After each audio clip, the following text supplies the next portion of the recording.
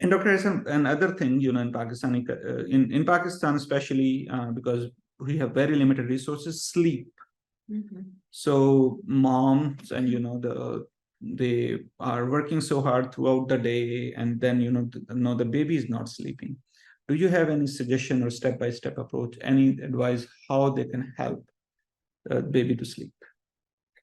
Well, this is a very difficult problem. As a matter of fact, in all the places where I have worked or talked, I have found that sleep is probably the biggest problem that parents of infants face. And one time I went to a psychiatric conference, and I saw that one of the workshops was about sleep problems. And then I saw that the room that this workshop was going to be held in was way down a corridor in a little small room.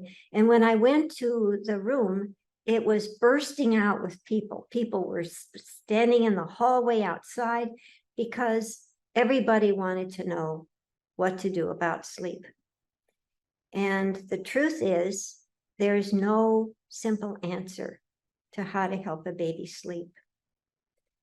But if you have a sense, and we can learn about what a particular baby's sensitivities are through this method of the Tulasana that we are teaching to lady health workers, you can have a sense of this baby's sensitivity to light or sound. Sure. And you can say, well, this baby is particularly sensitive to light, so we will put the baby in, as much as possible, a darkened room. Or if this baby has a sensitivity to sound, we will try to protect the baby from sound. But knowing what I know about Pakistani homes, that may be rather difficult because of all the babies around. So I suppose you could take the baby out of the room with all the other children in it for a while to help the baby fall asleep. Because newborn babies fall asleep in the deep sleep state. And so you want to wait until they're profoundly sleeping before you lay them down. By about 3 months, their sleep cycle changes, and they start to fall asleep in an active sleep state, so that they're a little bit not quite so profoundly asleep. And it's good to put them down when they're in that sleep state at this stage, because then again, they start to learn how to calm themselves and down-regulate themselves into a deep sleep state, so that if they wake up a little bit during the night, they can then regulate themselves down into a sleep state. But I think that the main idea is to try as much as possible to help your baby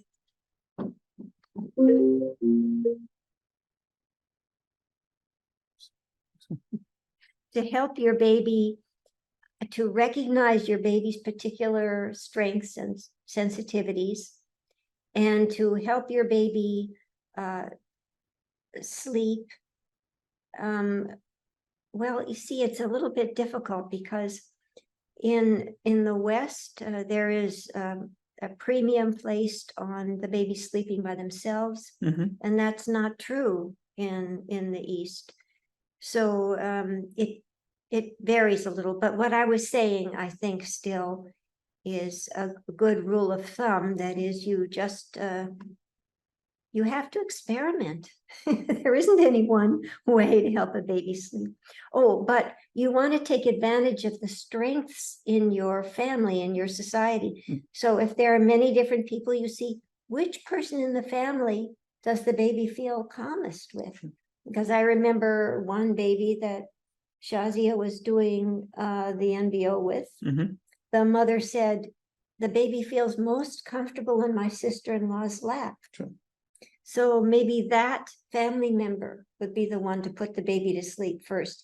And that allows the mother to get the support, but the mother also has to relinquish some of the primacy and control in order to allow the sister-in-law to be so important in her baby's life. But then that's a good thing. No, I think that's a really comprehensive answer in terms of, the educating about baby sensitivity. Mhm. Second is different stages of sleep. And the third is finding, someone that baby feel comfortable. I Yeah. think that's a really good, and again, there is no perfect answer to it, so acknowledging it.